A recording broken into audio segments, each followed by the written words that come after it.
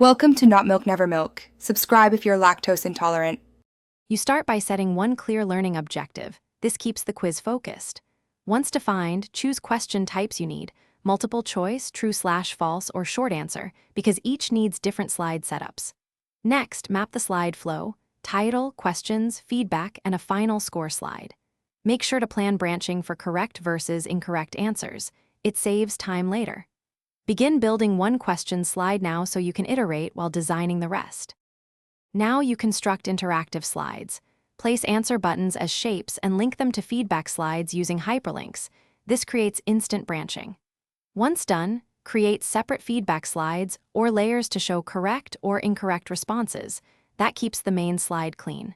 Make sure to record timings and transitions so the quiz runs smoothly without manual clicks. Also, include a scorekeeping method, such as incrementing with hidden slides or using variables in advanced add-ins to track. Finish by running the full slideshow and testing every link, branch, and feedback path. You need this to catch broken hyperlinks or misrouted answers. Once tested, compress media and verify the file opens on the target device and PowerPoint version. Compatibility prevents surprises.